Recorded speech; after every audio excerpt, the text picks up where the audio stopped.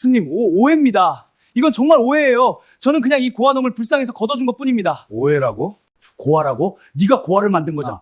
유진이 병원까지 가로채고 아이가 태어난 걸 너한테 숨긴 이유가 뭐냐? 내가 알면 네 놈의 죄가 드러난다. 여러분 안녕하십니까? 오늘도 이 따뜻한 시간 여러분 곁에 찾아왔습니다. 지금 이 목소리가 흘러나오는 곳에 여러분은 어떤 풍경 속에 앉아 계십니까?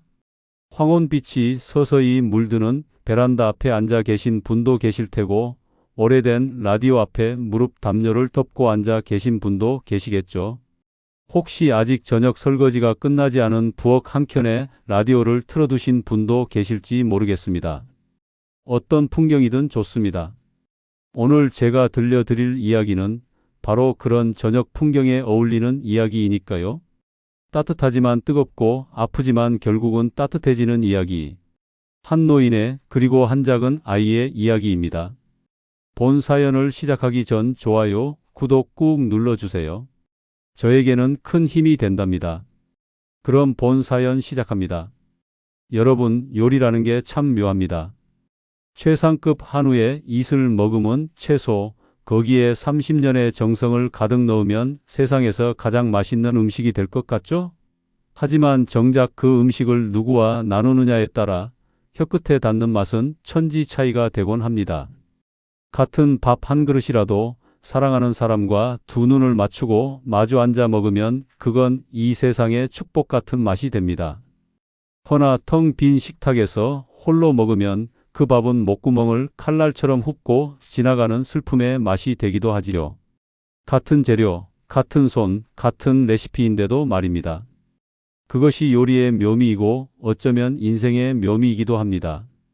음식에 깃드는 것은 기술이 아니라 마음이라는 걸 저는 이른이 가까운 나이가 되어서야 비로소 깨달았습니다.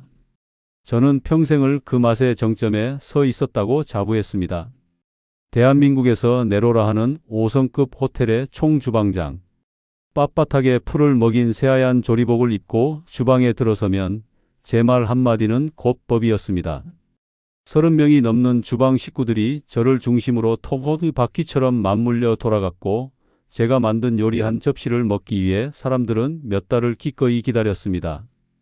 신문 기자들은 제 주방 문 앞에 줄을 섰고 텔레비전 카메라는 제 손끝을 따라다녔습니다. 저는 그 찬사들을 훈장처럼 가슴에 달고 살았습니다. 그것만이 저라는 인간을 정의하는 전부라고 믿으면서요. 요리사 최광석. 그 이름 석자가 참 자랑스러웠습니다. 밤낮이 따로 없었습니다. 명절도 생일도 어느 여름날의 소풍도 제 삶의 모든 기념일을 저는 주방에서 보냈습니다.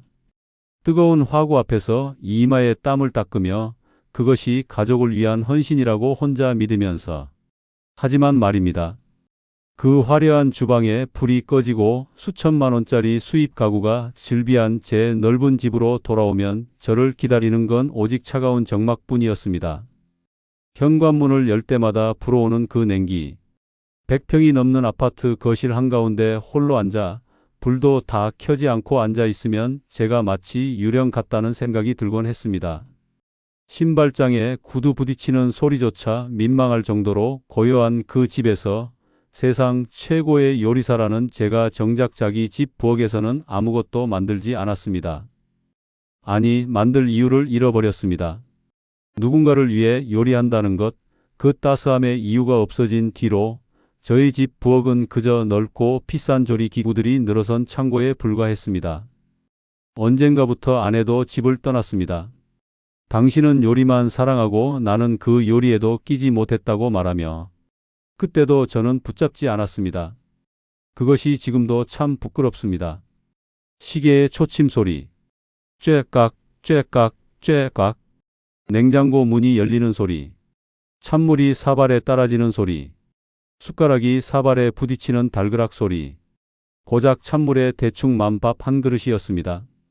밥통에서 퍼낸 차가운 밥 위에 찬물을 그냥 부어 김치도 없이 그걸 떠먹곤 했습니다. 세상 최고의 요리를 만드는 손이 정작 자신을 위해서는 아무것도 만들지 않았습니다. 세상 가장 정성스러운 밥상을 남에게 차려주는 사람이 정작 자신은 그 찬밥 한 그릇으로 밤을 때웠습니다. 어쩌면 그것이 저 스스로에게 내린 벌이었는지도 모릅니다. 제가 내쫓은 딸아이가 어딘가에서 굶고 있을지 모른다는 생각에 저는 맛있는 것을 먹을 자격이 없다고 느꼈던 것인지도 모릅니다. 그 찬밥 한 그릇이 저의 저녁이었고, 저의 속죄였고, 저의 하루였습니다. 그렇게 보낸 10년이었습니다. 10번의 봄이 지나가는 동안 저는 단 한 번도 봄이 왔다고 느끼지 못했습니다. 남의 배는 그렇게 정성껏 채워줬으면서 정작 제 마음은 텅 빈 채로 10년을 보냈습니다. 바로 그 아이, 내 딸 유진이를 제 손으로 내쫓은 그날부터 말입니다. 유진이가 집을 나간 뒤 이름도 모를 가난한 청년과 살림을 차렸다는 소식은 들어 알고 있었습니다. 지 팔자 지가 꼬는구나 하며 차갑게 외면했죠. 하지만 제 핏줄이, 제 손주가 이 세상 어딘가에서 숨을 쉬고 있었다는 사실만은 꿈에도 몰랐습니다. 강두, 그 비열한 놈이 제 죄를 덮기 위해 그 어린 생명의 존재를 철저히 지우고 제 눈과 귀를 막아버렸을 줄이야. 유진아, 아비가 못나서 내가 남긴 그 어린 것이 어디서 어떤 고생을 하는지도 모르고 내가 명장이랍시고 칼을 잡았구나. 평생을 칼 하나 붙잡고 살았는데 정작 지켜야 할 게 뭔지는 끝내 몰랐구나. 자존심이라는 비늘에 눈이 멀어 혈육의 눈물을 외면했던 늙은 요리사. 그리고 그 노년의 삶을 송두리째 뒤흔들 기적 같은 전화 한 통. 이제 제 인생의 마지막 레시피를 써 내려가려 합니다. 화려한 호텔 주방이 아닌 비린내 나는 시장통 구석에서 시작된 명장의 진짜 요리 이야기를 말입니다. 여러분, 인생사 참 알다가도 모를 일입니다. 제가 그날 그 전화를 받지 않았더라면 저는 평생 그 차가운 정막 속에서 아무도 모르게 굶어 죽어갔을지도 모릅니다. 몸이 아니라 마음이 굶어서 말입니다. 10년 동안 해지된 줄로만 알았던 딸아이의 번호. 매년 기일마다 속죄하는 마음으로 걸었던 그 없는 번호에서 오늘 처음으로 신호음이 울리기 시작했습니다. 뚜루루, 뚜루루. 그리고 들려온 한 아이의 목소리. 엄마, 나 너무 배고파요. 이 아이는 누구일까요? 그리고 왜 제 딸의 번호를 가지고 있는 걸까요? 이제 10년 전 얼어붙었던 그 겨울의 진실을 마주하러 갑니다. 대한민국 최고의 요리 명장. 사람들은 저를 그렇게 불렀습니다. 제 손끝에서 완성된 요리 한 접시는 예술이라 칭송받았고 제 주방은 그 누구도 침범할 수 없는 성역과도 같았죠. 30년이라는 세월 동안 저는 칼 하나만을 믿고 살아왔습니다. 새벽 4시에 일어나 시장 골목에서 가장 싱싱한 재료를 직접 고르고 자정이 넘어서야 주방 불을 껐습니다. 손가락에 굳은 살이 두텁게 박히고 화상 자국이 팔뚝을 수놓을 때도 저는 이 일이 천직이라 믿었습니다. 요리 학교를 나왔지만 스스로 부족하다고 느껴 일본에 건너가 3년을 더 배웠고 프랑스에서도 1년을 보냈습니다. 혀로 맛을 보고 손으로 재료를 느끼는 것이 삶의 전부였습니다. 그 고집과 열정이 명장이라는 타이틀을 만들었습니다. 하지만 그 똑같은 고집이 제 딸을 잃게 만든 것이기도 했습니다. 요리에서 고집은 탁월함이 됩니다. 하지만 사람과의 관계에서 고집은 깊고 영원한 상처가 됩니다. 저는 그 차이를 너무 늦게, 너무나도 뼈아프게 늦게 배웠습니다. 그 화려한 명성이 오히려 제 눈을 가리는 독이 될 줄은 정말 몰랐습니다. 사람은 높은 곳에 오를수록 발 아래를 잘 보지 못하는 법이라지요. 저도 그랬습니다. 제 곁에 있는 사람들, 정말 소중한 사람들을 저는 가장 높은 자리에서 가장 먼 시선으로 바라보고 있었습니다. 아니, 바라보고 있다는 착각조차 하지 않았는지 모릅니다. 그냥 있는 것, 당연한 것으로 여겼습니다. 가족이라는 것을 물이 항상 수도꼭지에서 나오듯, 봄이 항상 돌아오듯, 가족도 항상 곁에 있을 것이라고 생각했습니다. 하지만 어느 날 수도꼭지를 잠그면 물이 나오지 않듯 가족도 제가 닫아버린 마음의 문 너머로 하나둘 사라져 갔습니다. 10년 전 바람이 칼처럼 날카롭던 그 겨울의 일입니다. 제 수제자였던 강두가 가져온 몇 장의 서류 때문에 저는 제 목숨보다 소중한 딸, 내 딸 유진이를 버렸습니다. 돌이켜보면 그날의 저는 이미 반쯤 제정신이 아니었던 것 같습니다. 자식의 눈물 앞에서, 자식의 절규 앞에서도 눈 하나 깜짝하지 않았으니까요. 명장의 긍지, 가문이 체면, 배신당했다는 분노. 그 보이지 않는 것들이 눈에 보이는 핏줄보다 더 크게 느껴졌던 그 어리석음이라니. 사실 그 일이 있기 전 이미 저와 유진이 사이에는 깊은 골이 파여 있었습니다. 유진이가 처음으로 남자친구를 데려오던 날을 기억합니다. 키가 자그마하고 손이 거칠었던 그 청년. 부모도 없이 혼자 막일을 하며 자취를 한다고 했습니다. 저는 밥상을 차리던 손을 멈추고 그 청년을 위아래로 훑어보았습니다. 자네, 지금 하는 일이 뭔가? 현재는 식자재 납품 일을 하고 있습니다. 하지만 반드시 제 사업을 일으킬 겁니다. 유진이를 반드시 행복하게 해드리겠습니다. 반드시? 지금 당장은 뭘로 행복하게 해줄 건가? 꿈으로 밥을 먹이나? 그날 이후로 저는 유진이에게 그 청년과의 만남을 끊을 것을 명령했습니다. 명령이라는 말이 맞습니다. 부탁도 권유도 아닌 명령이었습니다. 유진이가 눈물로 사정하고 매달릴 때도 저는 꿈쩍하지 않았습니다. 그 청년의 눈빛이 맑고 진실했다는 걸 저도 알았습니다. 하지만 그걸 인정하면 제 고집이 무너지는 것 같아 더욱 단단하게 벽을 세웠습니다. 결국 사이가 멀어졌고 유진이는 점점 말이 없어졌습니다. 아침밥도 먹지 않고 출근하기 시작했고 저와 눈을 마주치지 않게 되었습니다. 그 침묵이 반항인 줄은 알았지만 언젠가는 제 뜻대로 따를 것이라고 확신했습니다. 얼마나 오만한 아비였는지. 그러던 어느 날 제 수제자 강두가 서류 봉투를 들고 찾아왔습니다. 총주방장실의 문을 닫고 강두는 마치 커다란 비밀을 폭로하는 사람처럼 목소리를 낮췄습니다. 지금 생각해보면 그 모든 것이 연출이었습니다. 미리 짜인 각본이었습니다. 그 비열한 연기에 저는 완전히 속았습니다. 강두가 말했습니다. 스승님, 저도 정말 믿기지 않습니다. 차마 말씀드리기 어려워서 며칠을 고민했습니다.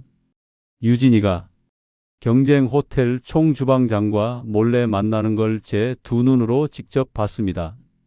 여기 그쪽에서 유진이 계좌로 송금한 내역서입니다. 날짜와 금액을 보시면 아실 겁니다. 서류를 받아든 제 손이 떨렸습니다. 날짜별 입금 내역, 유진이의 이름이 선명하게 적힌 계좌번호. 눈앞에서 보고 있으면서도 믿기지 않아 몇 번이나 다시 들여다봤습니다. 그 순간 유진이를 불러들였습니다. 유진이의 얼굴을 보자마자 알 수 있었을 것입니다. 그 아이의 눈에는 거짓이 없었을 것입니다.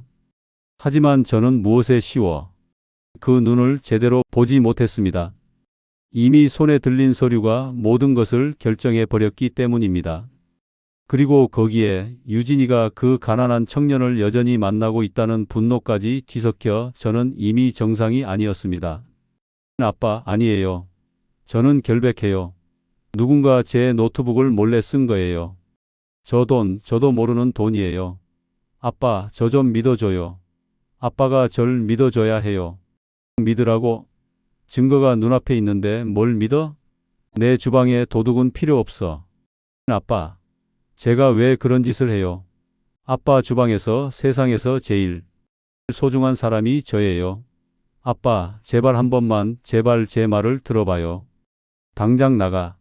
잘못에 엄하게 가르쳐야 한다는 생각으로 모질게. 다시는 내 앞에 나타나지 마라. 저를 닮아 자존심이 강하고 성질이 급한 유진이는 그렇게 뒤도 돌아보지 않았습니다. 얇은 코트 하나, 작은 캐리어 하나를 끌고 눈이 내리는 저녁 바람 속으로 사라졌습니다. 등이 점점 작아져 가는 걸 창문 너머로 지켜보면서도 저는 불러세우지 않았습니다. 그 순간까지도 저는 유진이가 결국 돌아올 것이라고 생각했습니다. 며칠 지나면 마음이 풀려 돌아올 것이라고. 아비의 가슴이 얼마나 미련하게 오만했는지.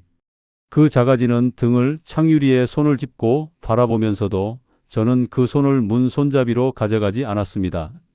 그 선택이, 그 게으른 자존심이 제 나머지 인생을 비틀어 놓을 줄을 그때는 몰랐습니다. 그리고 3년 뒤 제게 날아온 건 딸아이의 사망 소식이었습니다.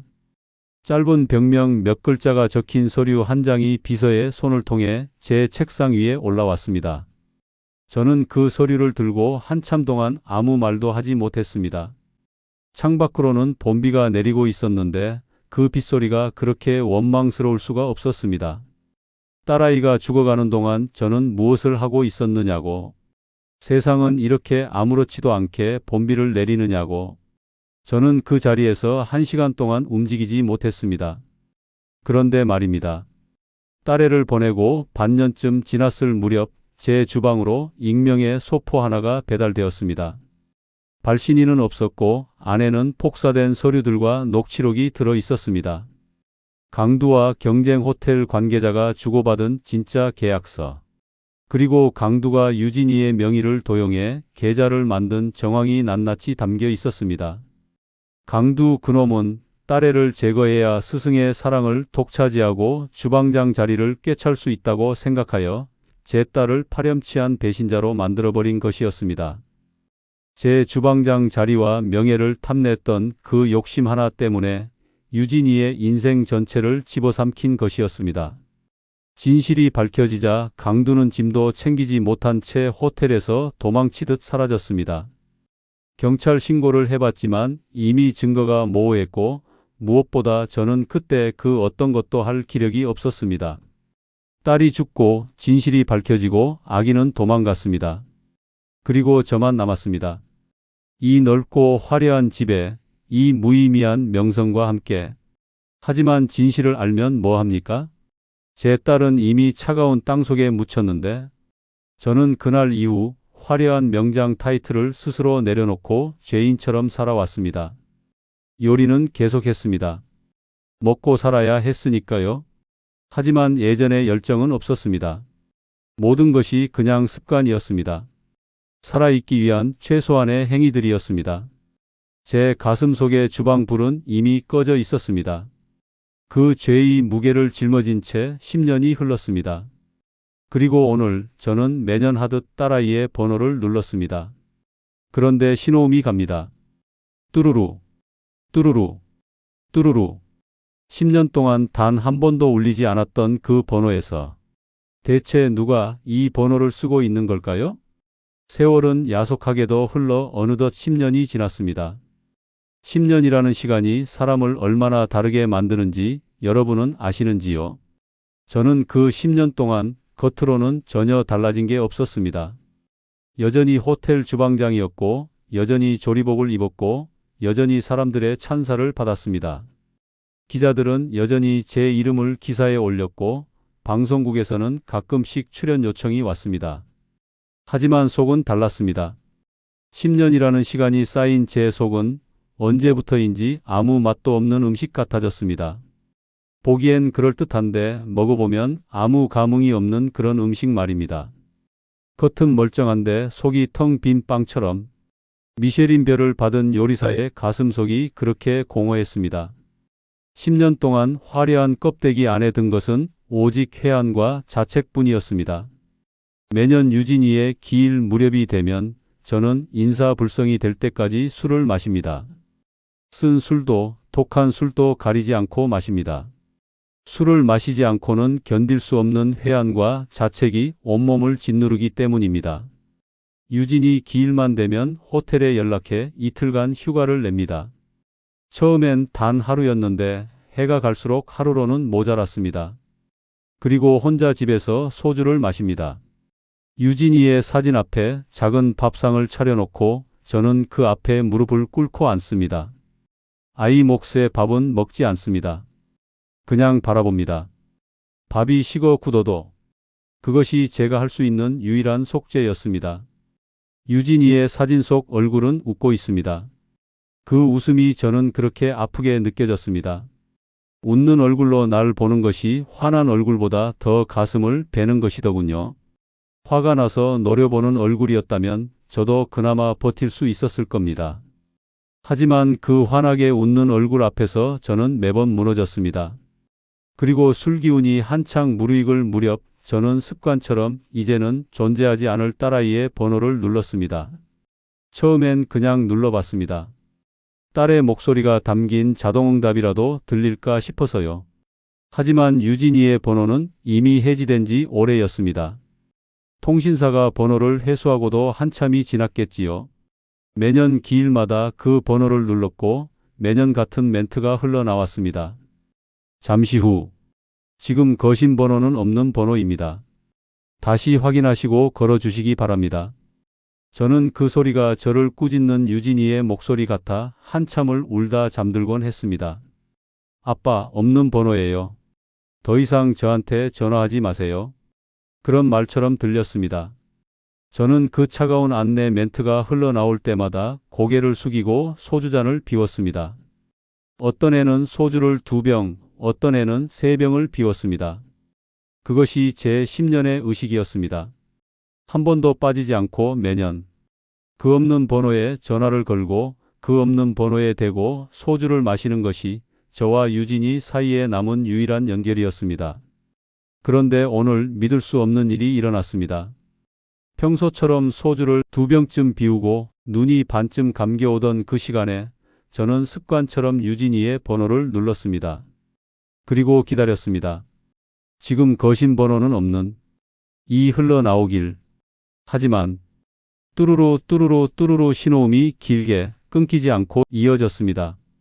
술기운이 확 달아났습니다. 그것도 순식간에 방금 전까지 눈이 스르르 감기던 사람이 전기라도 맞은 듯 눈이 번쩍 뜨였습니다. 온몸에 소름이 돋았습니다. 손가락이 떨렸습니다. 소주잔을 들고 있던 손이 멈춰버렸습니다. 저는 스마트폰을 2손으로 잡고 귀에 바짝 갖다 댔습니다. 멈췄던 심장이 다시 뛰기 시작했죠. 아니, 뛰는 정도가 아니라 쿵쿵 소리가 귓속에서 들렸습니다. 신호가 1번, 2번, 3번, 4번, 5번 이어졌습니다. 저는 숨을 참았습니다. 누군가 이 번호를 쓰는 걸까? 아니면 유진이가 하늘에서 전화를 받은 걸까? 바보 같은 생각인 줄 알면서도 그런 생각이 들었습니다. 10년 동안 없는 번호였던 게 오늘 갑자기 연결이 된다면 그건 기적이 아니고 무엇이겠느냐고. 그리고 한참의 신호 끝에 전화가 연결되었습니다.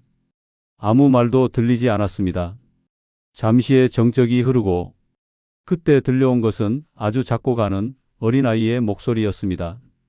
아이 여보세요, 엄마예요? 순간 저는 아무 말도 못했습니다.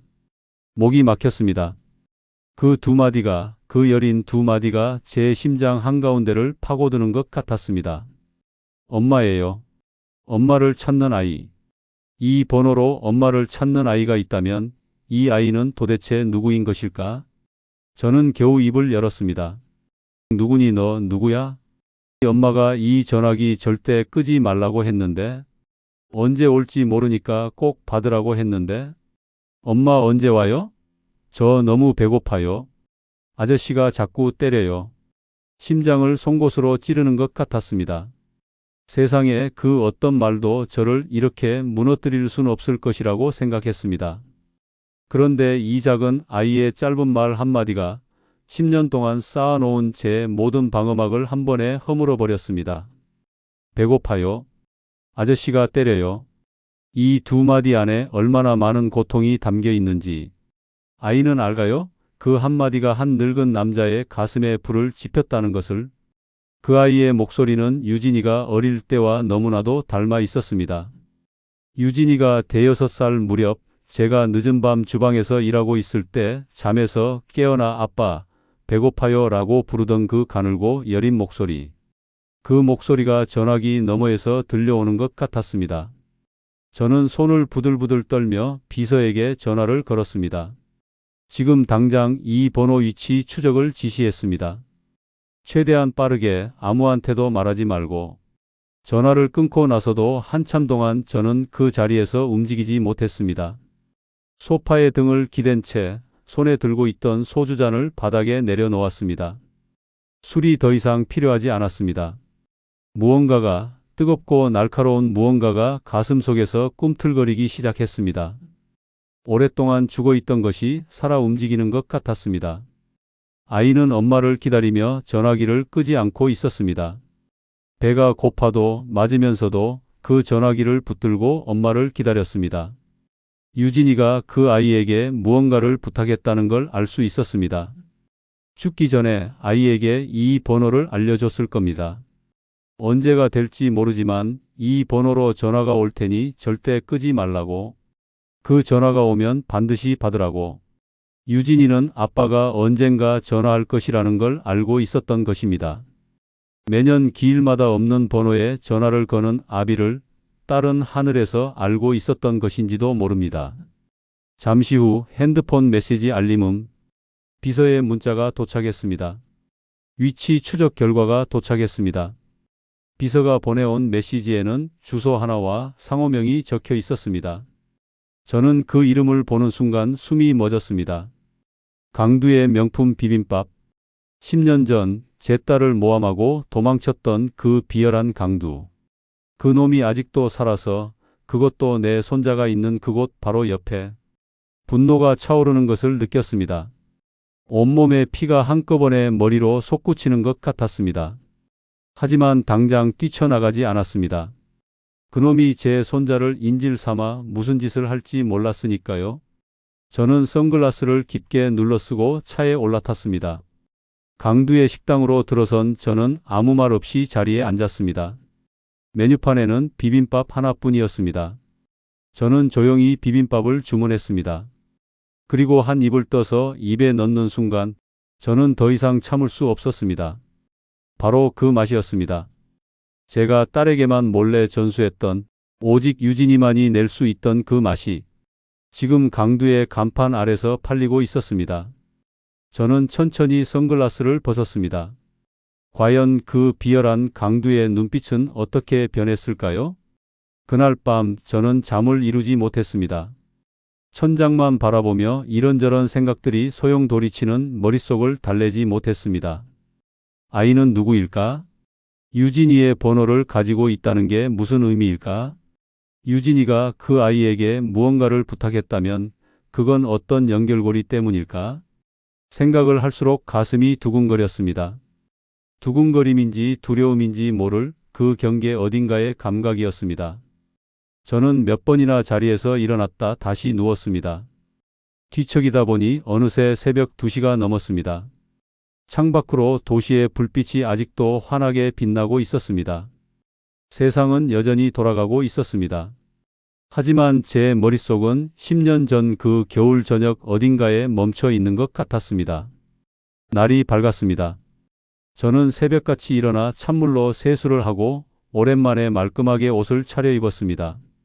선글라스를 눌러쓰고 모자를 깊게 쓴 채 비서 한 명만 데리고 위치 추적이 가리키는 곳으로 향했습니다. 서울을 벗어나 2시간 남짓을 달렸습니다. 논과 밭이 펼쳐지는 시골 읍내. 차가 들어가기도 좁은 골목들이 미로처럼 이어진 오래된 시장이었습니다. 저는 차에서 내려 골목 안으로 접어들었습니다. 오래된 시장 특유의 냄새가 코를 찔렀습니다. 생선 비린내, 다른 시멘트 바닥의 냄새, 기름에 지글거리는 냄새. 화려한 5성급 호텔의 주방이 아닌 생생하고 날 것 그대로의 냄새가 풍겼습니다. 저는 골목을 천천히 걸으며 주변을 살폈습니다. 상인들은 이른 아침 장사 준비에 바빴고 저를 알아보는 사람은 아무도 없었습니다. 그리고 골목 가장 깊숙한 자리에서 시선을 사로잡는 낡은 간판 하나가 눈에 들어왔습니다. 강두의 명품 비빔밥이라는 글씨가 적힌 색이 바랜 간판이 있었습니다. 어딘가에서 그릇 닦는 소리가 들려왔습니다. 심장이 거칠게 요동쳤습니다. 온몸에 피가 얼굴로 쏠리는 것 같았습니다. 강두. 그 이름이 저 간판에 버젓이 걸려 있었습니다. 10년 전 제 딸을 모함한 사실이 밝혀진 후 짐도 챙기지 못하고 도망쳤던 강두. 그놈이 여기서 장사를 하고 있었습니다. 그것도 비빔밥으로. 저는 분노가 차오르는 것을 느끼며 천천히 심호흡을 했습니다. 지금은 때가 아닙니다. 먼저 확인해야 할 것이 있었습니다. 아이. 그 아이가 정말 있는지. 식당 안으로 들어서는 순간 제 시선을 끈 건 화려한 조리복을 입은 강두가 아니었습니다. 홀 안쪽 주방으로 이어지는 문 너머로 보이는 작은 형체였습니다. 차가운 타일 바닥에 웅크리고 앉아 산더미 같은 설거지 그릇을 조그마한 두 손으로 닦고 있는 아이였습니다. 키가 아주 작았습니다. 7살이나 8살쯤 되었을까요? 어깨가 유난히 얇아 보이는 아이였습니다. 앞치마가 몸에 비해 너무 커서 바닥에 끌릴 것만 같았습니다. 차가운 물에 손을 담근 채 그릇을 닦는 속도는 느리지 않았습니다. 아이는 서두르고 있었습니다. 혼나지 않으려고 필사적으로 달그락달그락 그릇 닦는 소리, 차가운 물소리, 그리고 무거운 발소리가 가까워졌습니다. 야, 이 군뱅이 같은 놈아. 손을 빨리빨리 안 놀려? 개점 시간이 다 됐잖아. 내 애미 닮아서 속 터지게 할래? 죄송해요, 아저씨. 손이 너무 얼어서요. 조금만요. 조금만이 어딨어. 오늘 또 밥 굶겨버린다. 저는 몸이 굳는 것을 느꼈습니다. 저 아이가 혹시 아직 모릅니다. 아직 확인하지 못했습니다. 하지만 저 강두라는 놈 아래서 저렇게 고통받고 있는 아이가 내 핏줄이라면 그 생각만으로 저는 무릎이 떨렸습니다. 오늘 또 밥 굶겨버린다. 그 한마디가 귓속에서 맴돌았습니다. 저 어린아이가 밥을 굶는다는 것이 이 세상에 그보다 잔인한 형벌이 어디 있겠습니까? 밥을 굶긴다는 건 단순히 배를 비우는 것이 아닙니다. 아이에게 있어 밥을 굶는다는 것은 오늘 이 세상에서 내가 필요 없는 존재라는 걸 온몸으로 느끼는 것입니다. 저는 그것을 이제야 알았습니다. 너무 늦게 그때였습니다. 아이가 고개를 들어 주방 선반 위에 올려진 세제를 꺼내려다가 앞치마가 살짝 걷혔습니다. 그 낡은 앞치마 사이로 목 아래에 매달린 무언가가 반짝이었습니다. 은빛이었습니다. 작은 펜던트가 달린 은목걸이였습니다. 저는 눈이 멈췄습니다. 숨도 멈췄습니다. 다리가 풀릴 것 같았습니다. 그 목걸이를 저는 알았습니다. 세상에서 단 하나뿐인 제가 직접 만들게 한 그 목걸이를 유진이가 태어나던 해 저는 청계천 귀퉁이의 조그마한 은 세공 가게에 찾아갔습니다. 나이든 장인에게 부탁했습니다. 딸의 이름을 새겨달라고. 유진이라는 두 글자를 이 세상에서 가장 작고 예쁜 글씨로 새겨달라고. 장인은 루페를 끼고 1시간이 넘게 그 작은 펜던트에 글씨를 새겼습니다. 저는 그 옆에서 지켜봤습니다. 그 목걸이를 유진이의 3번째 생일날 목에 걸어주었을 때 아이가 보여준 그 환한 웃음을 저는 아직도 기억합니다. 아빠, 이거 내 이름이에요? 세상에서 하나뿐이에요? 그래, 세상에서 딱 하나. 우리 유진이만의 거야. 그 목걸이가 지금 저 아이의 목에 걸려 있었습니다. 눈앞이 하얘졌습니다. 주변의 소리가 멀어졌습니다. 시장 골목의 냄새도, 강두의 고함 소리도, 그릇 닦는 소리도 모두 멀어졌습니다. 오직 저 은목걸이만이, 저 작은 펜던트만이 제 시야를 가득 채웠습니다. 유진이가 죽기 전 아이에게 그 목걸이를 걸어준 것이었습니다. 자기 아빠가 만들어준 목걸이를. 그것이 유일한 연결고리였을 겁니다. 유진이는 알고 있었을 겁니다. 언제가 될지 모르지만 아빠가 이 아이를 찾아올 것이라는 걸, 아빠가 이 목걸이를 알아볼 것이라는 걸, 그래서 살아있는 마지막 숨을 아끼면서도 이 목걸이만은 아이의 목에 걸어주고 눈을 감았을 겁니다. 제 핏줄이 내 손자가 저 악마 같은 놈 밑에서 종살이를 하고 있었습니다.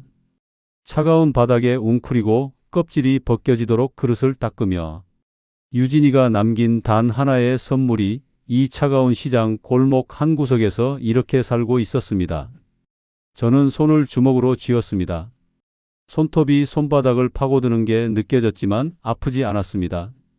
그보다 더 아픈 것이 가슴 속에서 타오르고 있었으니까요. 저는 속으로 눈물을 억누르며 유진아, 아빠가 여기 왔다. 늦어서 미안하다. 정말 많이 늦어서 미안하다. 저는 선글라스를 고쳐 눌러쓰고 조용히 빈 식탁으로 걸어가 자리에 앉았습니다. 메뉴판을 펼쳤습니다. 비빔밥 하나가 전부였습니다. 저는 비빔밥을 주문했습니다. 잠시 후 그릇이 식탁에 놓였습니다. 저는 숟가락을 들어 천천히 한 입을 떠서 입에 넣었습니다. 그리고 눈을 감았습니다. 고추장에 약간의 배즙을 섞어 단맛을 내는 것, 참기름 대신 들기름을 쓰는 것, 그리고 마지막에 살짝 솔잎향을 입히는 것. 제가 오직 유진이에게만 귀띔해줬던 우리 집안만의 비빔밥 소스 레시피였습니다. 호텔에서도 쓰지 않았던, 가족에게만 전해주던 그 맛. 세상 어디서도 이 맛을 낼 수 있는 사람은 유진이뿐이었습니다. 그 아이 외에는 아무도 몰랐습니다. 강두가 이 맛을 낼 수 있다면 그건 오직 하나입니다. 유진이에게서 빼앗은 것입니다. 제 딸의 마지막 유산까지 훔쳐 팔고 있었습니다. 숟가락을 내려놓았습니다. 저는 천천히, 아주 천천히 선글라스를 벗었습니다. 강두와 저의 눈이 마주쳤습니다. 10년 만에 그놈의 얼굴이 순식간에 흑빛으로 변하는 걸 저는 똑똑히 봤습니다. 쥐고 있던 국자가 바닥에 떨어졌습니다. 과연 10년 만에 마주한 그 자리에서 저는 강두에게 무슨 말을 했을까요? 그리고 하준이는 어떻게 제 품으로 돌아오게 될까요? 강두와 저의 눈이 마주쳤습니다. 10년 만에 그놈의 얼굴이 순식간에 흑빛으로 변하는 걸 저는 똑똑히 봤습니다. 기름진 조리복을 입고 있었지만 눈빛에 윤기가 없었습니다. 10년이라는 세월이 사람을 저렇게 만드는 것인지, 아니면 죄책감이란 게 사람을 저렇게 만드는 것인지. 볼이 꺼지고 눈밑이 거무스름하고 입술이 바짝 말라 있었습니다. 죄를 짓고 사는 사람은 잠을 제대로 자지 못한다고 하더군요. 그 말이 이렇게 눈앞에서 증명될 줄은 몰랐습니다. 쥐고 있던 국자가 바닥에 떨어졌습니다. 쩌렁하는 소리가 좁은 식당 안을 울렸습니다. 손님 두어 명이 고개를 들어 쳐다봤습니다. 하지만 저는 그 시선들이 느껴지지 않았습니다. 오직 강두만이 보였습니다. 저는 자리에서 일어나지 않았습니다. 굳이 서두르지 않았습니다. 10년을 기다렸는데 이 순간 몇 분쯤 더 기다리는 건 아무것도 아니었습니다. 오히려 차분했습니다. 그 차분함이 강두를 더 두렵게 만들고 있다는 걸 알았습니다. 강두야, 오랜만이구나. 낮고 차가운 목소리였습니다. 30년 동안 주방을 지휘하며 다듬어진 한마디 한마디의 무게가 실리는 그 목소리로 강두는 그 목소리를 알았습니다. 스승이 진짜 화가 났을 때 나오는 목소리라는 걸, 고함을 치는 것보다 그 낮고 차가운 목소리가 훨씬 더 무섭다는 걸 강두는 누구보다 잘 알고 있었습니다. 수제자였으니까요. 떨리는 목소리로 스승님, 어떻게 여기를, 내 딸을 죽음으로 몰아넣고 여기서 내 딸의 레시피로 장사를 해? 앉아라. 강두는 의자에 앉지 못하고 그 자리에서 굳어버렸습니다. 다리가 떨리는 게 보였습니다. 두 손이 조리복 앞서풀 움켜쥐며 파르르 흔들렸습니다. 저는 물잔을 들고 물을 한 모금 마셨습니다. 그리고 천천히 잔을 내려놓으며 강두를 바라봤습니다. 말없이 오래. 그 침묵이 강두에게는 어떻게 느껴졌을까요? 저는 궁금하지도 않았습니다. 이미 그 눈빛 안에서 모든 것이 보였으니까요. 죄를 지은 사람의 눈은 숨길 수가 없습니다. 아무리 세월이 흘러도, 아무리 뻔뻔하게 살아왔어도 스승 앞에서 그 눈빛은 결국 무너지게 되어 있었습니다. 그 말을 더듬으며 스승님, 오해입니다. 이건 정말 오해예요. 저는 그냥 이 고아 놈을 불쌍해서 거둬준 것뿐입니다. 갈 데가 없어서 울고 있는 걸 제가 데려온 겁니다. 고아. 저는 그 단어를 듣는 순간 눈썹 하나 까딱하지 않았습니다. 하지만 속에서는 불이 치솟았습니다. 저 아이를 고아로 만든 게 누구입니까? 유진이가 제대로 된 치료 한 번 받지 못하고 세상을 떠나게 만든 게 누구입니까? 제 딸을 배신자로 몰아 아비 곁에서 내쫓고 아이의 존재조차 지워버린 게 누구입니까? 고아라고? 내가 고아를 만든 거잖아. 유진이 병원비까지 가로채고 아이가 태어난 걸 나한테 숨긴 이유가 뭐냐? 내가 알면 내 놈의 죄가 드러날까봐 그래서 이 아이를 인질로 삼아 가둬둔 거냐? 강두는 입을 벌린 채 아무 말도 못했습니다. 반박할 말이 없었던 것이겠지요. 아니면 이미 오래전부터 이 순간이 올 것이라는 걸 알고 있었던 것인지도 모릅니다. 죄를 짓고 사는 사람은 언젠가 이런 날이 온다는 걸 압니다. 그래서 더 두려워하며 삽니다. 그 두려움이 얼굴에 고스란히 새겨져 있었습니다. 저는 자리에서 천천히 일어섰습니다. 그리고 주방 안쪽을 향해 걸어갔습니다. 아이가 여전히 그릇을 닦고 있었습니다. 고개를 깊이 숙인 채 손이 빨개지도록 그릇을 문지르며 어른들이 싸우는 소리가 들려도 고개를 들지 않았습니다. 이미 익숙한 것이었을 겁니다. 어른들이 큰 소리를 낼 때 고개를 들면 더 혼난다는 걸 이 아이는 몸으로 배웠을 겁니다. 저는 그 아이 앞에 무릎을 꿇었습니다. 명장이 대한민국 최고의 요리사가 차가운 주방 타일 바닥에 무릎을 꿇었습니다.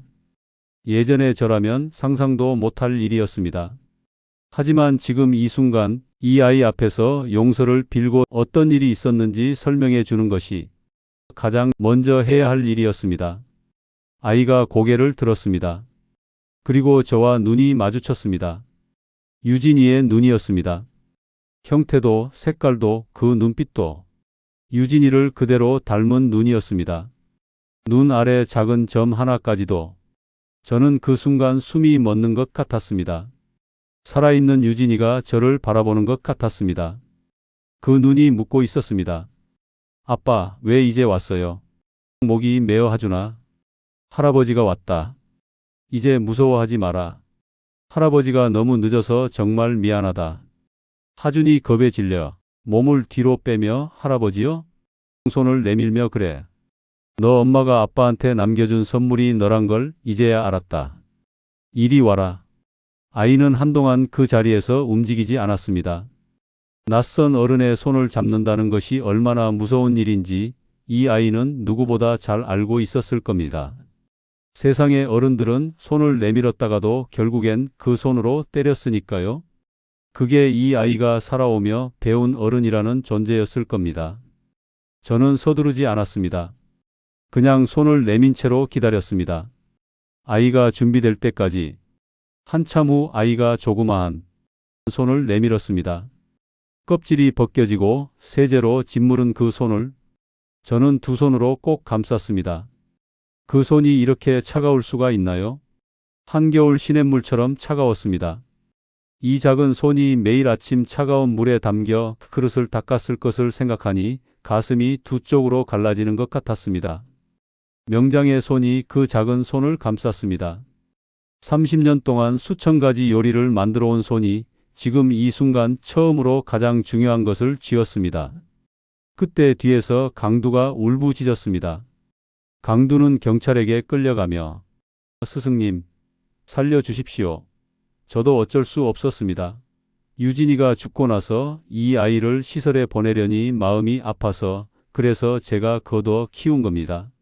나는 돌아보지 않고 낮은 목소리로 거두어 키워 내 딸의 레시피를 훔치고 그 증거인 아이를 내 눈앞에서 치워버린 게 거두어 키운 거냐. 내 놈의 그 더러운 입에서 다시는 유진이 이름을 올리지 마라. 비서가 이미 신고를 마친 상태였습니다. 강두는 아동학대와 횡령 그리고 명예도용 혐의로 그 자리에서 연행되었습니다. 경찰차 사이렌이 시장 골목을 가득 메울 때 시장 상인들이 하나둘 식당 앞으로 몰려들었습니다. 수군거리는 소리가 들렸지만 저는 아무것도 들리지 않았습니다. 오직 이 작은 손에만 집중했습니다. 저는 하준이의 손을 잡고 식당 문을 나섰습니다. 이른 봄의 시장 골목 바람이 차가웠습니다. 저는 하준이를 내 외투 안으로 감쌌습니다. 아이의 머리가 제 가슴에 닿았습니다. 그 가벼움이, 그 따뜻함이 오래오래 남았습니다. 다시는 이 손을 놓지 않겠다고 마음속으로 몇 번이고 다짐하면서 저는 하준이를 꼭 안으며 속마음으로 유진아 아빠가 데려간다. 내가 남겨준 이 아이 이번엔 절대 놓지 않을게. 강두를 끌어내고 아이를 안아들었지만 하준이의 몸이 얼음장처럼 차가웠습니다. 집으로 돌아와 욕실에서 옷을 갈아입히는 순간 저는 하준이의 등에 난 멍 자국들을 보았습니다. 파랗고 노란 오래된 멍들이 작은 등을 뒤덮고 있었습니다.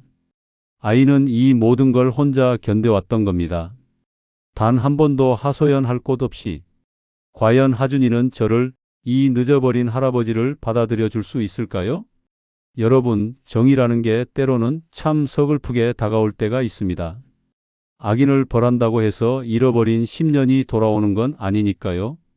강두가 경찰에 끌려가는 걸 보면서 저는 시원함보다 공허함을 더 크게 느꼈습니다. 그를 벌한다고 해서 유진이가 살아 돌아오는 것도 아니고 하준이가 겪은 세월이 지워지는 것도 아니니까요. 하지만 그래도 그 대가는 치러야 했습니다. 그것이 이 세상의 이치이고 제가 유진이에게 해줄 수 있는 마지막 것이었으니까요. 강두는 아동학대와 횡령, 명예도용 혐의로 구속되었습니다. 그리고 수사 과정에서 더 참혹한 사실이 하나 더 밝혀졌습니다. 유진이가 병원에서 힘겹게 보낸 마지막 몇 달 동안 강두가 병원비 명목으로 주변 사람들에게 거둔 후원금을 고스란히 가로챘다는 것이었습니다. 유진이의 지인들이 십시일반으로 모아준 그 돈을 강두는 제 주머니에 챙겼습니다. 제 딸은 그 돈이 있었더라면 받을 수 있었을 치료를 받지 못했습니다. 돈이 없어 더 좋은 병원으로 옮기지 못했습니다. 돈이 없어 새로운 치료제를 써보지 못했습니다. 그렇게 유진이는 할 수 있는 것들을 하나씩 포기하며 세상을 떠났습니다.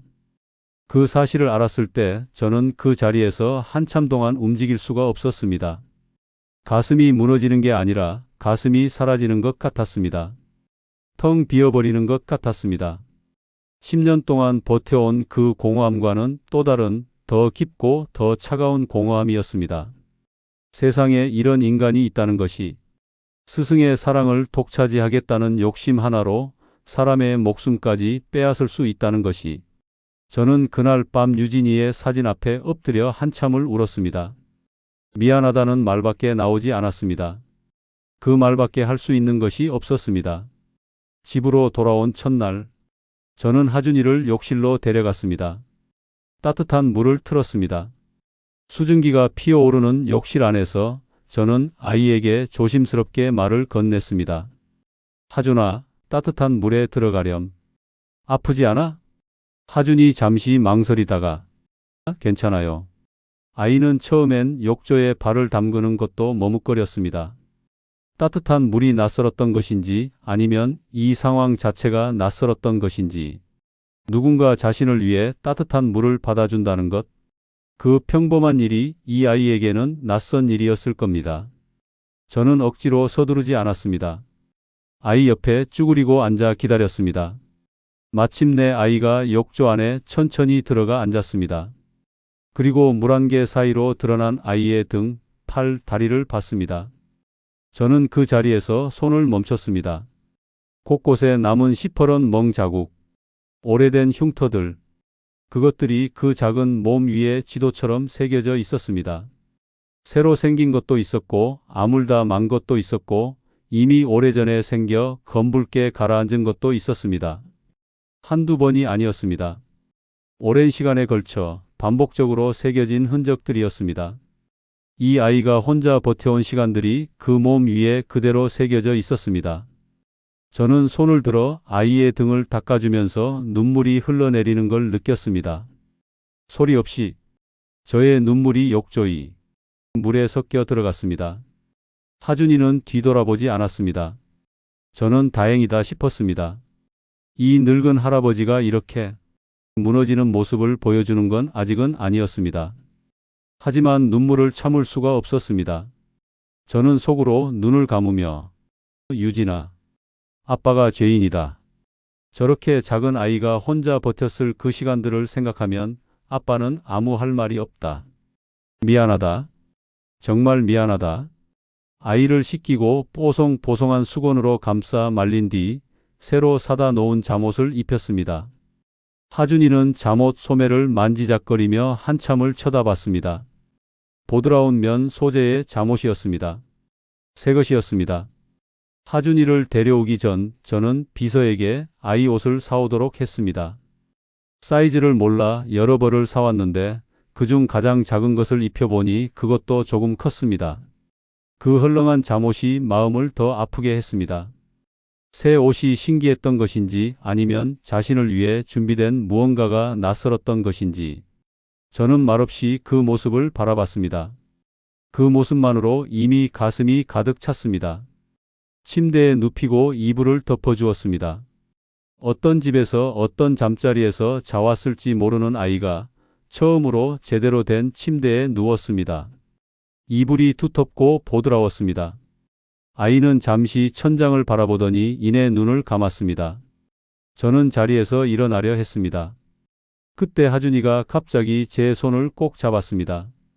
작은 손이 제 손을 꽉 쥐었습니다.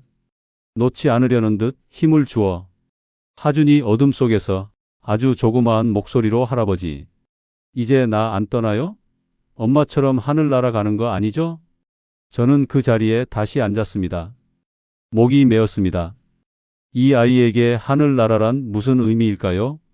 엄마가 떠난 곳, 사랑하는 사람이 사라지는 곳, 이 아이는 곁에 있던 사람들이 언젠가는 반드시 떠난다는 것을 너무 이른 나이에 너무 아프게 배워버렸습니다.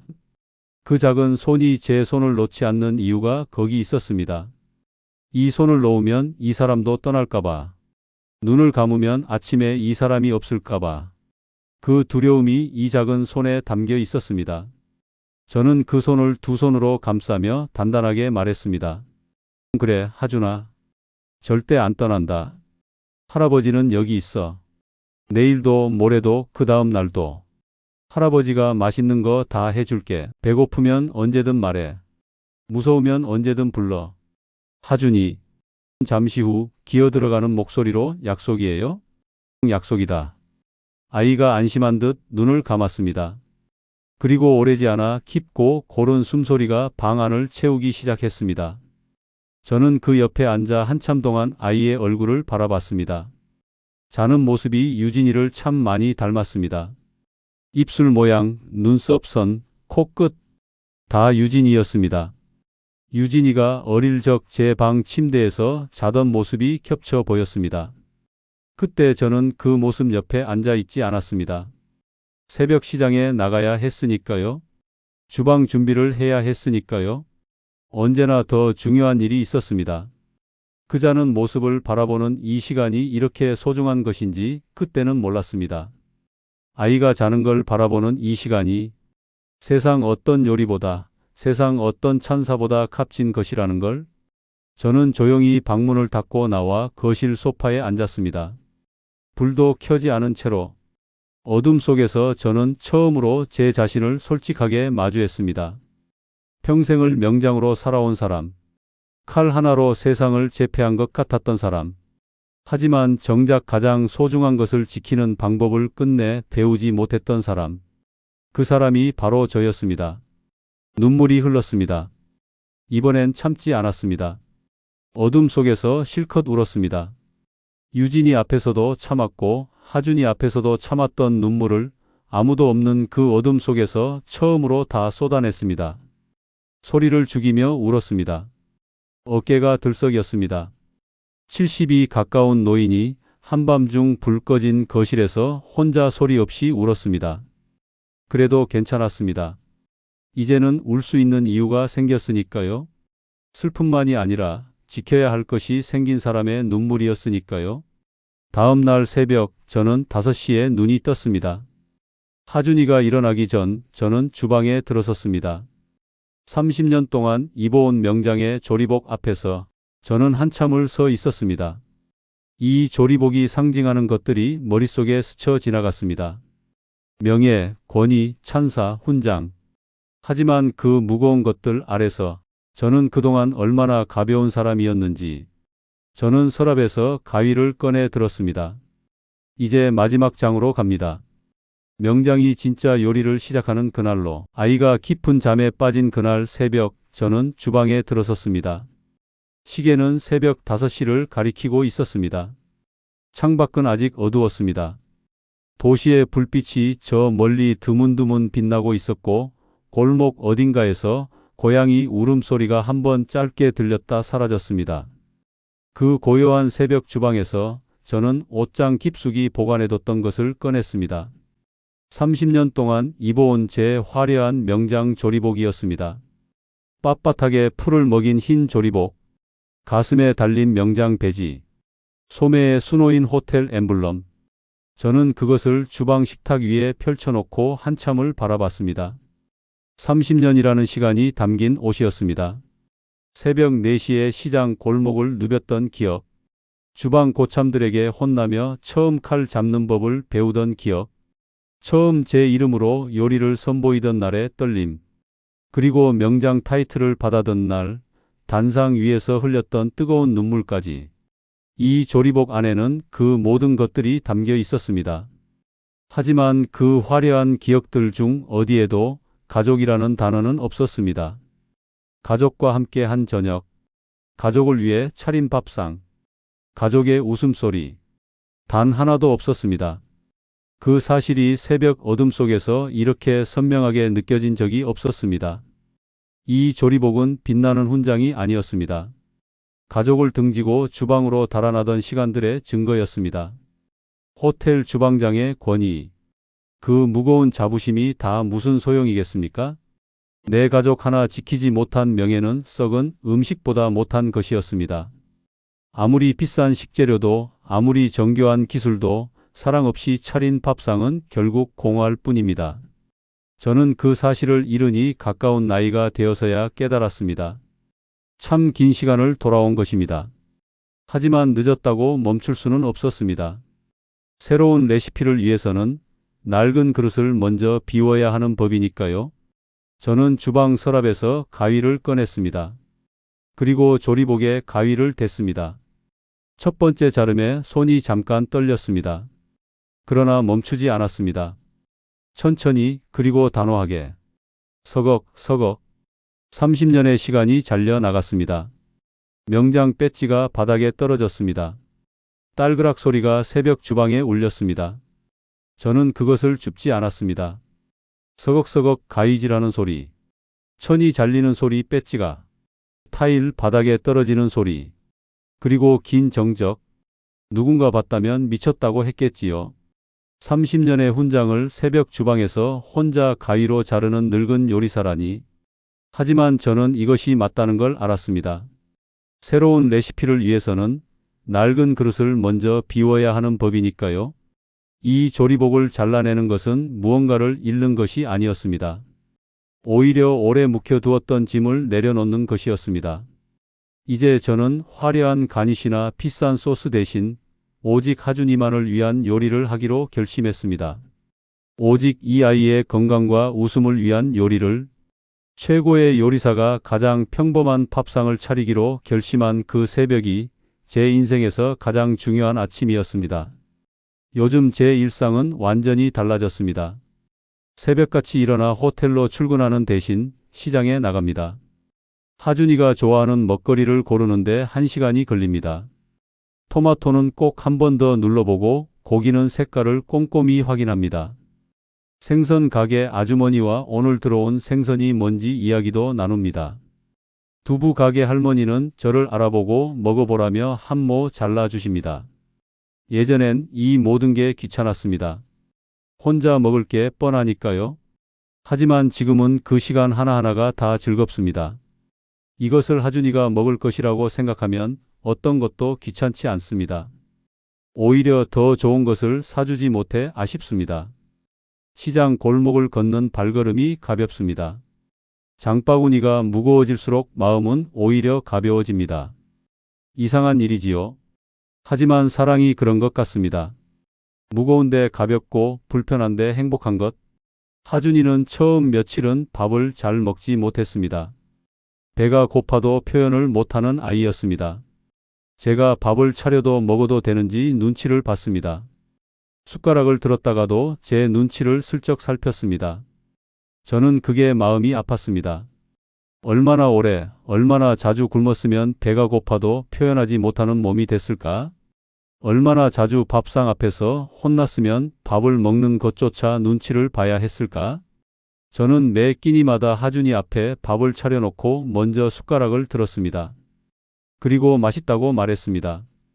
과장하지 않고 진심으로 오늘은 미역국이다. 할아버지가 멸치 육수를 2시간 동안 우려낸 거야. 먹어봐. 하준이 조심스럽게 한 입 먹고 맛있어요. 제가 웃으며 그래? 더 먹을래? 하준이 처음으로 고개를 끄덕이며 네. 그 네 한마디가 얼마나 소중하게 들리던지요. 세상 어떤 찬사도 어떤 미식가의 극찬도 이 아이의 네 한마디만큼 저를 행복하게 하지 못했습니다. 미쉐린 별이 몇 개든 신문에 얼마나 크게 실리든 그 어떤 것도 이 한마디 앞에서는 빛을 잃었습니다. 그날 이후 하준이는 점점 표현이 많아졌습니다. 더 주세요 라고 말하기 시작했고 오늘 학교에서요 로 시작하는 이야기들을 조금씩 꺼내놓기 시작했습니다. 친구 이야기, 선생님 이야기, 오늘 급식 반찬 이야기. 그 이야기들이 얼마나 소중한지 저는 밥을 짓다가도 설거지를 하다가도 귀를 세우고 들었습니다. 하준이의 말 한마디 한마디가 제 10년의 정막을 조금씩 채워주는 것 같았습니다. 그리고 어느 날이었습니다. 학교에서 돌아온 하준이가 현관문을 쾅 열고 들어오면서 소리쳤습니다. 아이의 발소리가 경쾌하게 집안을 가득 채웁니다. 하준이 큰 소리로 할아버지 다녀왔습니다. 오늘 메뉴는 뭐예요? 저는 그 목소리에 고개를 들며 웃었습니다. 주방에서 멸치를 손질하다 말고 웃었습니다.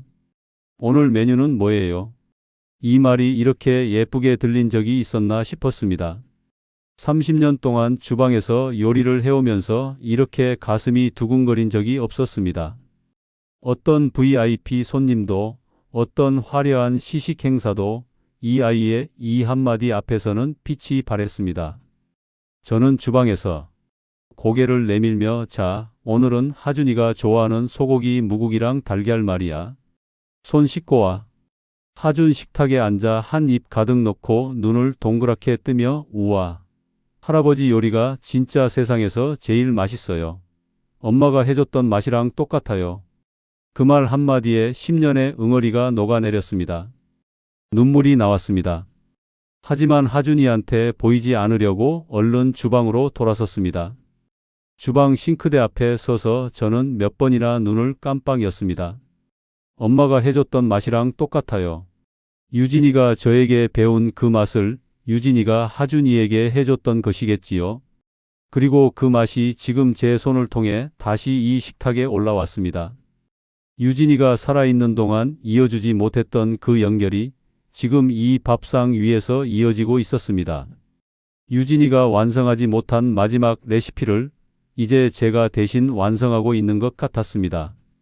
저는 이제야 비로소 요리의 진짜 의미를 깨달았습니다. 사랑하는 사람의 배를 따뜻하게 채워주고 그 미소를 지켜주는 것. 화려한 플레이팅도 미쉐린 별점도 요리 대회 우승도 아닌 오직 그것. 그것이 명장이 남겨야 할 마지막 레시피였습니다. 저는 그걸 30년 늦게 배웠습니다. 하지만 늦었더라도 배운 것입니다. 늦게 배운 레시피가 때로는 가장 깊은 맛을 낼 때도 있는 법이니까요. 저는 주방에서 혼자 조용히 유진아 보고 있니? 내가 남겨준 이 소중한 선물을 아빠가 이번엔 절대 놓지 않을게. 우리 이제는 헤어지지 말고 아빠는 여기서 하준이랑 행복하게 살게. 보고 싶다, 딸아. 창문 너머로 석양이 물들기 시작했습니다. 주방에서 고소한 들기름 냄새가 피어올랐습니다. 식탁 앞에 앉은 하준이는 숟가락질을 멈추지 않았습니다. 저는 그 아이의 옆모습을 바라보며 이 풍경이 사라지지 않기를 두 손 모아 빌었습니다. 이 평범하고 소소하고 따뜻한 풍경이 제 남은 생의 전부가 되기를. 명장의 마지막 레시피는 이미 완성되어 있었습니다. 그것은 밥 한 그릇이었고 아이의 웃음이었고 그리고 지금 이 순간이었습니다. 여러분, 긴 이야기를 여기까지 들어주셔서 진심으로 감사합니다. 오늘 이 이야기를 들으시면서 가슴 한켠이 무거워지신 분은 없으셨나요?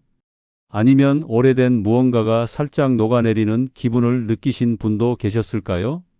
저는 이 이야기를 여러분께 전하면서 내내 그 마음을 함께 느꼈습니다. 오늘 이야기의 주인공처럼 우리는 살면서 가끔 소중한 것을 너무 늦게 깨닫곤 합니다. 자존심 때문에 혹은 바쁘다는 핑계로 아니면 그냥 당연하게 여겼기 때문에 가장 가까운 사람의 눈물을 외면하기도 하죠. 지금 당장 떠오르는 얼굴이 있으신가요? 오랫동안 마음에 걸려 있는 이름이 있으신가요? 괜찮습니다. 아직 늦지 않았습니다. 그 명장이 이르니 가까운 나이에 가위를 들어 조리복을 잘라냈듯 우리도 언제든 변할 수 있습니다. 어제의 나보다 오늘의 내가 조금 더 따뜻한 사람이 되는 것, 그것으로 충분합니다. 완벽하게 달라지지 않아도 됩니다. 그저 한 발짝, 전화 한 통, 밥상 하나. 그것만으로도 충분히 용감한 일입니다. 살면서 가장 어려운 일은 대단한 것을 이루는 것이 아닙니다. 마음에 걸린 사람에게 먼저 손을 내미는 것, 그것이 가장 어렵고 가장 용감한 일입니다. 요리는 결국 사람을 위한 것입니다. 그리고 삶도 결국 사람을 위한 것이죠. 아무리 화려한 성공도, 아무리 훌륭한 명예도 그것을 나눌 사람이 없다면 아무런 의미가 없습니다. 오늘 저녁 사랑하는 가족과 함께 밥상에 앉으실 수 있다면 그것만으로도 여러분은 그 명장보다 훨씬 행복한 사람이십니다. 그 소소한 밥상이 세상 어떤 5성급 호텔 요리보다 값진 것이니까요. 오늘 밤 사랑하는 사람에게 따뜻한 말 한마디 건네보시는 건 어떨까요? 고생했다. 고맙다. 사랑한다. 이 세 마디면 세상 그 어떤 진수성찬보다 풍성한 식탁이 될 겁니다. 그 세 마디가 어렵게 느껴지신다면 오늘 저녁 밥 한 그릇 따뜻하게 차려주시는 것도 좋습니다. 말보다 더 진한 마음이 담긴 것이 바로 밥 한 그릇이니까요.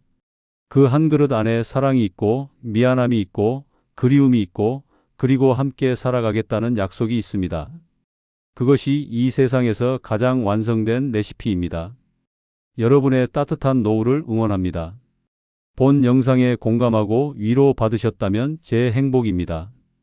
혹 간직하고 있는 사연이나 의견 주시면 성심성의껏 답변 드리겠습니다. 본 사연은 AI 기술을 활용한 순수 창작물입니다. 저는 또 다른 이야기로 따뜻한 목소리로 여러분 곁에 찾아오겠습니다. 오늘 밤도 따뜻하고 평안한 밤 되시길 바랍니다. 그 고아라는 단어를 저 입으로 말할 자격이 있는 사람은